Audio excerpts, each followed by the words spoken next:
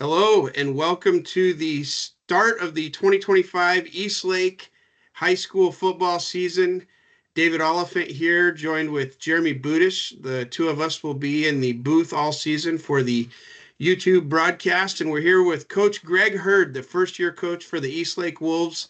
Coach Hurd's been generous to give us some time to just get to know him a little bit more and hear about his take on the season. So, Coach Hurd, thanks for joining us here tonight. It's Yes, awesome. absolutely. Thanks for having me. I appreciate it. All right, Coach, we just kind of got some questions to get to know you and hear a little bit more about the season. So, if it's all right, we'll just start. And first question, can you share with us a little bit about your coaching journey and kind of what led you to Eastlake High School? Yeah, absolutely. Getting into coaching back in 2015 was my first year coaching. Loved it. I knew after being a player that I wanted to be a coach, and I spent some time at a couple different places. I was at North Thurston as a receiver coach, helped with special teams there. I was at Wilson High in Tacoma, did quarterback special teams there. Then I spent 2 years at my alma mater as the receiver coach and the offensive coordinator there.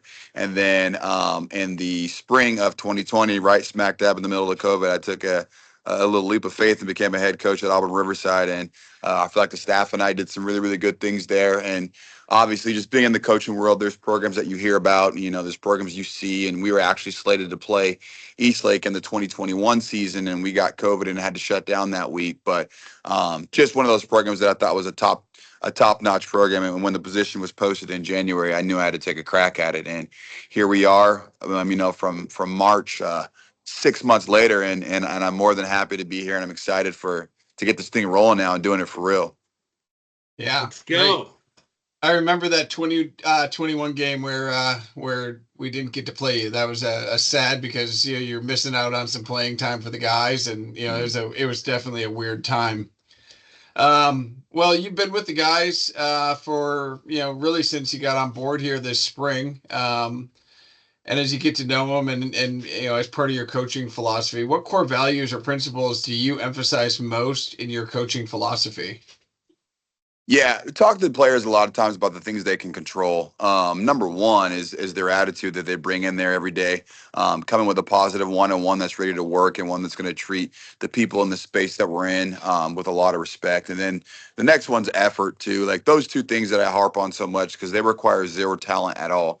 You could be a very new to football athlete and someone who maybe is not the biggest, fastest, strongest, and you can excel in both of those areas. And I think when you excel in both those areas, you find a role for yourself on the team. It may not be necessarily a starting role, star player, but you can find yourself on a special teams role, on scout team role. So effort, respect, and attitude are the one things the two things that we preach a lot, and then just having that physical and that mental toughness to get through the course of a football season, right? Like I think that week one's probably usually the only week that you're healthy and your body feels great for football season. The rest of the weeks you're banged up, your body's sore, and then the mental toughness to push through adversity in games. And I always tell kids that it's not if adversity is going to happen, it's when. And then having the mental toughness to like realize I've done things harder than this before, and this is just another bump along the way. We're going to push through this, and we're going to make this thing happen too. So, effort, attitude, and toughness are really big for a football program, any football program, I think.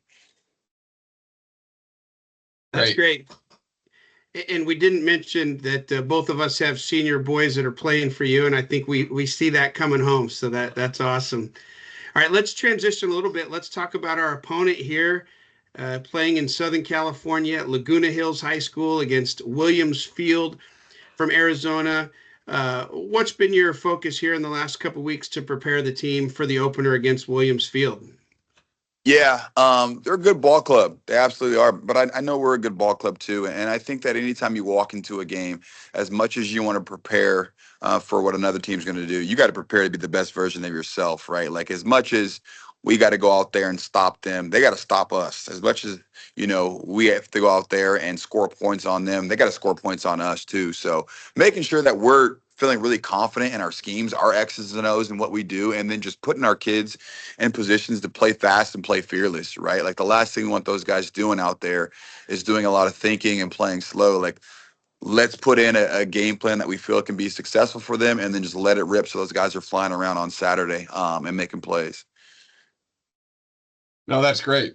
And we'll get down into the strategy, but they do have some big dudes up on the line for sure when you look at Yeah, their yeah, roster. they got two good backs, and they're big and they're beefy up front, and they've been a good team in Arizona. They play some tough games, like so they're used to playing in bloodbaths. I mean, they played some of the premier teams that are in Arizona. I mean, the last year they played Brophy Prep, who Donovan McNabb's son plays for them. Larry Fitzgerald's son plays for them. There's a couple like NFL guys whose sons play for them who are all Division I guys, so they're used to tough competition. So they're Right. not going to shy away from any sort of competition, but it's good for us. I'm excited for it, and I'm looking forward to it to see how our kids respond to it, and to go out there and throw that first punch and be the one to throw the second punch and keep swinging. So it should be a good night. Right. Yeah, so getting it, back to preparedness, how do you describe the identity of this year's team and what should fans expect on the field? And I guess I would, maybe, like Dave said, both of us have senior sons. Both of us have seen our senior sons, with four coaches over their 4 years. So we know they're resilient, they bounce back, and what we're hearing coming home is really good. But, from your aspect, what do you see? Yeah. I would say I saw the first glimpse of the identity at camp. We were scrimmaging in Tahoma, and there was a play that happened, and a couple of our guys didn't like the way the play happened, and some attitude came out, right? That super like uber competitiveness, and that's what I think where our identity lies right now. I think playing physical defense and hitting guys right, and forcing stop and run, and forcing teams to throw the ball, and forcing teams to dink and dunk down the field and not getting beat over the top. But then offensively, we've got weapons and getting the ball to our weapons. Obviously, you got Miles returning in the backfield. You got Colby who's coming back, and we've got some kind of unsung heroes at receivers who have made plays for us all spring, who many teams don't know about yet, but they will know about as we get into this season. So defensively, our philosophy is stop the run, pressure the quarterback, and don't get beat deep. If you're going to throw the ball on us, it's going to be on the hard deck. That 12 to 15-yard range. And then offensively, I always talk to us about players over plays and then formations to get us in advantageous situations. So we're gonna go out there and play our best to that philosophy, and then play with high effort and a good attitude, and hopefully we get some good things to happen. But I think that the offense is coming together, the defense is coming together, and things are starting to click. I called a play wrong today at walkthrough, and both Miles and Ryder corrected me on it. So like we're getting to that point now where they know what I'm going to call, and if I make that mistake, they can change it for me too. So it feels really good being that far along now, where kids like coach didn't mean that, he meant this, and making those corrections for us. So they're starting to own the offense and defense too. That's great. Yeah. That's great. You've already touched on it, but kind of talking about some of the players on the team. There's some returners, some all conference guys. You mentioned quarterback Ryder Berry Smith coming back, and as you mentioned, the receiving core. There were 6 seniors that graduated out last year. A lot of new folks, but I think where there's also some new folks we're not familiar with is the offense and defensive line, and other places in the defensive backfield. So maybe just share with us some players to watch that maybe not everyone knows about. Yeah. Obviously we know of the Miles and the Colby and all that, and the Ryder. And I think up front on the offensive line, I think Finn Waldron's going to be one of the best two-way line players in the Kinko Conference. I mean, he is as sturdy as can be, and one of those kids that you kind of don't end up coaching him a lot because he's just doing his job every play. He's been good for us. Henry's come along. I know he was a starter on the offensive line last year. He'll play a little D line for us too. Big 2 weeks in camp from Mason Flynn on the offensive line. Like he's made tremendous strides for us. And then you look over at the defensive line, and Wilson Fang had a good spring for us. High energy guy, plays with a heck of a motor. I thought he had probably the best day at PLU when we didn't have our best day collectively as a team. He played with high motor and showed a lot of good things. And then at defensive end, we got a plethora of guys that have been making plays for us. James Orts playing defensive end for us from the linebacker kind of corner spot he played last year. Ryder Paterno's shown some promise there as well. And then I think that our linebacker core is probably our deepest core to where we look at, and like we have so many guys there. How do we get them on the field? Obviously, we know about Colby, but we've got, in addition to him, we've got Caden Eaton playing linebacker. He's been great for us. We got Nolan Budish. He's been great for us. Jackson Wheeler has really come along as a junior, and been making a ton of plays for us and knows the defense inside and out. And we missed Jack Steiner a lot in the spring because he was at lacrosse, and he comes back and he's making the plays. And Finn Hanna, like we've got a depth of guys that are playing there. And then on the back end, we got a number of guys too that can play and make some plays for us too. We got Landon Johnson, who's came out and is playing football for I think the first time in high school. He's going to be Yeah. a heck of a player for us out there. Barrett Bratlin playing our wolf position, our strong safety position. Jacob Kim playing both offense and defensive receiver. Chase Hanska playing receiver for us. We got a lot of guys. I think that the receiver position, again, we've got about 6 guys that are going to play snaps for us at receiver and at DB, and are going to make plays for us, right? I think that having the depth that we have is going to be the best thing to where we're not going to have to run guys on the ground. We're going to have guys who are going to play a ton of snaps for us. And like I got guys right now at receiver rotating every 2 plays, and there's no drop off from those guys. And that's what you want. We want to be as fresh and as sharp as we can be, when you get into that postseason time and not feeling like you've been running the wheels off of guys all season. So a lot of players. I think we're going to play a lot of players this year, and I'm excited about it. That's super exciting. Listening to you talk about those guys as somebody, as that coached both of the juniors and seniors at the JV level. It's super exciting to see the growth that's coming out of that squad and what they're developing into as varsity players. So that's Yeah. awesome. And they're old. They're old as when you look at age wise, and a lot of them are young for varsity experience. But they're fired up about it. And like I said, they did a great job for us with effort at POU. We were so behind the curve of just being a week and a half, 2 weeks in. But at camp, I feel like we really hit a stride of figuring out who the heck we were. Leaders emerged, guys making plays. Every single scrimmage, it seemed like there was a different guy that was popping off of the film and making plays for us. So now we're going to do it for real, right? And now we're going to see the guys that Right. make those plays on Friday nights. And, I'm hoping we're giving out a ton of helmet stickers on Mondays because everyone's doing their part and helping us go find some victories this fall. That's great. I guess jumping into the game a little bit without giving too much away, what kind of challenges do you see Williamsfield presenting, and what are you doing to prepare to face them? I mean, they're a big squad. Like you said, they look like they're pretty gritty when you just look at them by the numbers. They got a ton of returning starters, and looks like they're a fairly well coached team. Yeah, they're a well coached team for sure. I believe Coach Campbell over there has been there for a minute too, so he's got that thing intact. First thing that jumps off the radar is they're big up front. I mean, they are big. They got 3 guys going to play Division I ball up front. Like I think one's 6'5", 315, another one's 6'4", 285, and like a 6'7", 285. So a lot of size up there. Then they got 2 running backs that can go. One's kind of that power back who's going to run through, and the other guy's lightning in a bottle. And I think that's where the strength of their team is offensively running the ball. Obviously defensively, they're sound. They do well. They can beat you in the pass too. Their quarterback is new this year. He played a little bit last year as a sophomore and made some plays, but he played well week 1. So again, I always look at, we know what teams are going to do. Like teams have habits, right? But our job is to prepare our kids to play their absolute best ball and go out there and execute our game plan, and our kids know, like they know that these guys are big up front. They know it's going to be a physical game. They know they're going to run the ball, and they're prepared for it. We prepared for it all week. We had probably more offensive run periods than we had all spring or all summer just to get ready for this and to prepare their bodies for it. And they've seen, every play multiple times from different formations.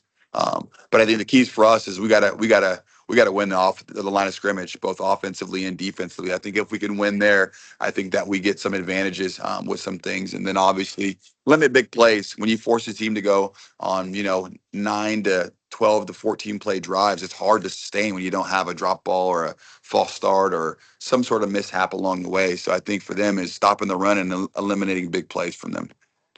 And then offensively for us, it's, getting the run going and creating big plays. So just kind of the opposite and the inverse of that. That's exciting. We can't wait to watch it on Saturday. Kind of transition a little bit, Coach.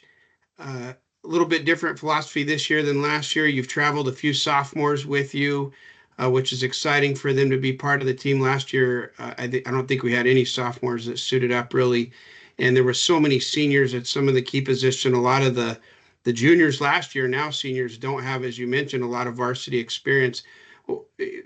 already seen a difference from last year, but what's your strategy to, you know, develop the younger and the newer players, but still maintaining a competitive edge with the team? Yeah, I think it all starts with practice. You got to have competitive practices, and like one of the big things that we've done now is like especially with our receivers and DBs, like we have one-on-one periods, right? Where we let those guys get after it and they start talking a little trash and it gets chippy, but guys didn't want to take reps against other guys. And I think that when you practice and you can simulate a game in practice, it's the best thing for kids. And we do the same in our team periods. It's you got to bring your hard hat every day, right? And I think that with the well balance we have on our team and being able to swap kids in and out, it creates a very level playing environment and practice, and the reality is you could be going against your backup, from receiver to DB or O line to D line, and right, and whoever gets the best day out of the other person might start creeping up that depth chart more, So I think that competitive spirit, the kids have adapted well to it.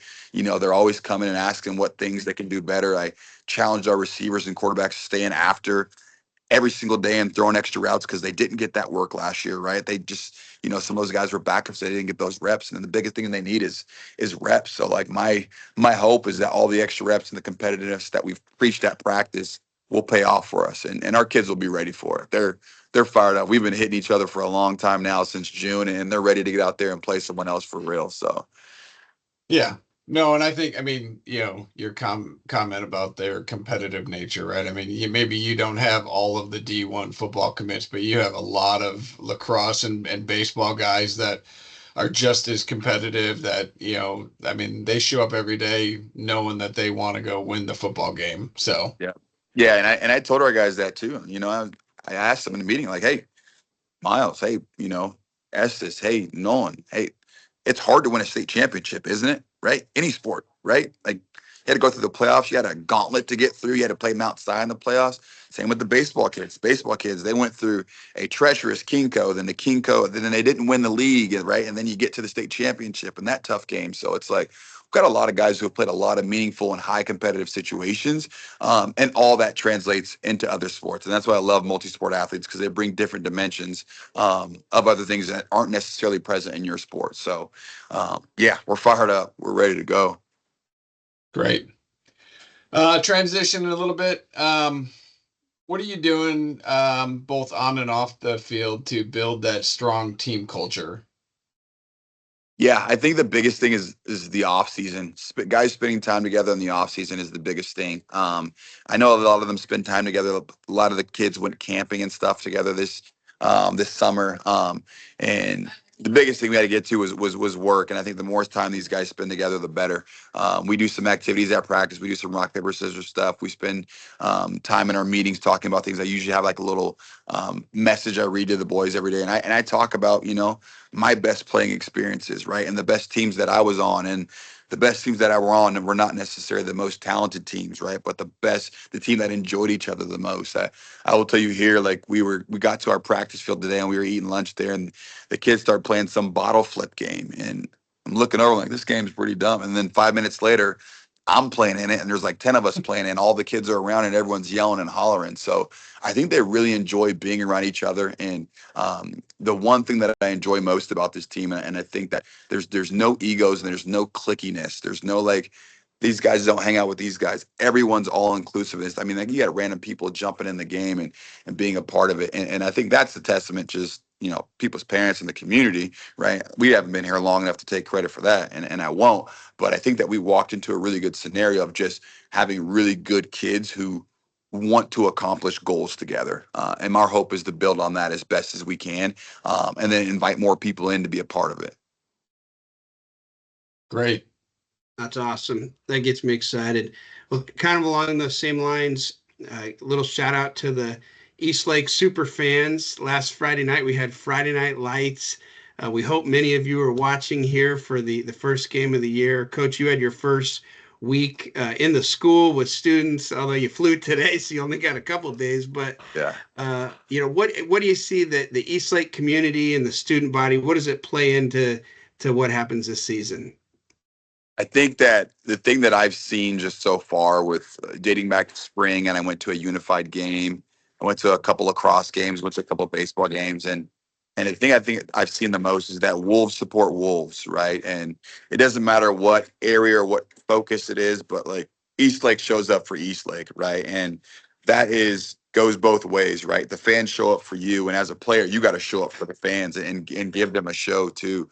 But I mean, for us to have a JV and C scrimmage, right, and us just warming up and having that many people there to support you, right? Like you got to be fired up to play for a team and a community that has that type of rally behind them, and it just makes those game days that much more enjoyable. Like game days are special at that field because of the people, one, that helped put those game day environments together, all the WFA board that was there all week and hanging lights and painting. And Right. I saw Painter and Ort and the scissor lift wiping down the uprights because they were dirty from the off season. So just all the work that everyone pours into the experience that we get to create for our team here is just like we got to show up for them, and they show up for us. We got to show up for them. That's that family motto, and that's been the most enjoyable part. I know that like everyone kept asking me if I was excited for week one, and don't get me wrong, I am. But week two, I'm excited for to be on our home turf and playing in front of all of our fans on our field,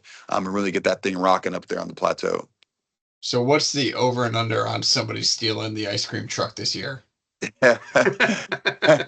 Depends on if it's loaded or not with ice cream, right? If you want to know what that's about, show up for week 2. You'll see the ice cream truck. You might even see Darren Painter floating around in it. So, um, okay, looking ahead, goals for the season, both, obviously wins and losses mean something, right? Gets you to that postseason, but also as a first year coach, overall program development. Yeah, yeah. When I look at goals, our goal is to get a little bit better each week. Right, play better football tomorrow than we did today, and the day after that than we did the day before. So that's always our goal. And I talk to the guys about goals. Like rivalry games are important, right? Everyone knows what our rivalry game is, and that game means a lot to us. And when I was back at Auburn, like our motto was win the city, and it's the same here. Like let's win the city, right? The school up the hill, we're gonna go play mid-season. Our goal is to take care of business in that game. And then one of the other goals I've always set for my teams is having that week 10 game means something. So you don't get a scheduled week 10 game. That week 10 game is formulated based on how your season ends. And you either have a kumbaya week 10 game, or whether you win or lose, you go home, or you got something you're really playing for, right? You're playing to stay alive. So like our goal is always to be in a situation where our week 10 game is an opportunity to play week 11. So that's one of the goals that we have. And that happens by taking care of business during the season, week in and week out. And, the better you play those weeks, the better that week 10 situation is. Yeah, for sure. And I guess follow on to that, I mean, we're playing Williams Field Saturday night, first game of the season. What's your prediction? Tell you what, man, I like it. I like the film. I like our guys. I like our game plan. I told the kids on, I think it was Tuesday or Wednesday, I like us 35-14, 35-21. I think there's some things that we give up, right? Go Obviously Wolves.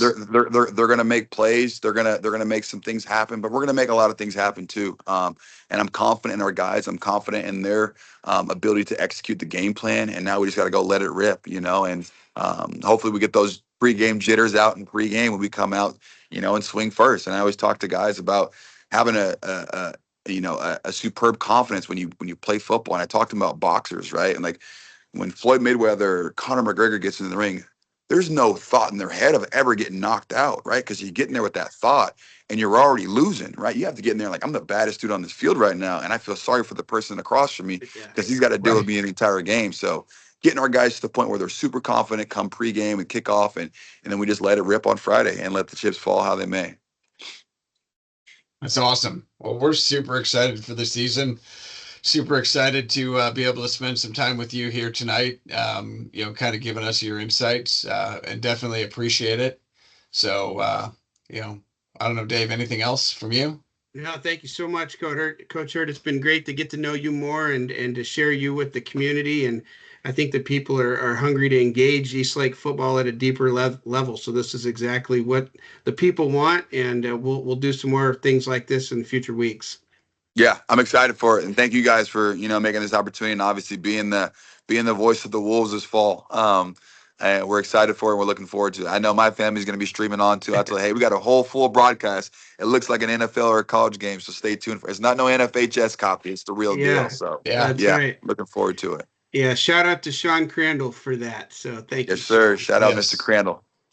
All right, Coach. Well, we'll let you go. You're there with the team. We'll see you on Saturday, and have a good day of practice tomorrow. Yep. Thank you. Good luck Go to you guys Wolves. too and your travel. Go Wolves. Go Wolves. We'll strong pack strong. Okay. Strong pack strong. All righty.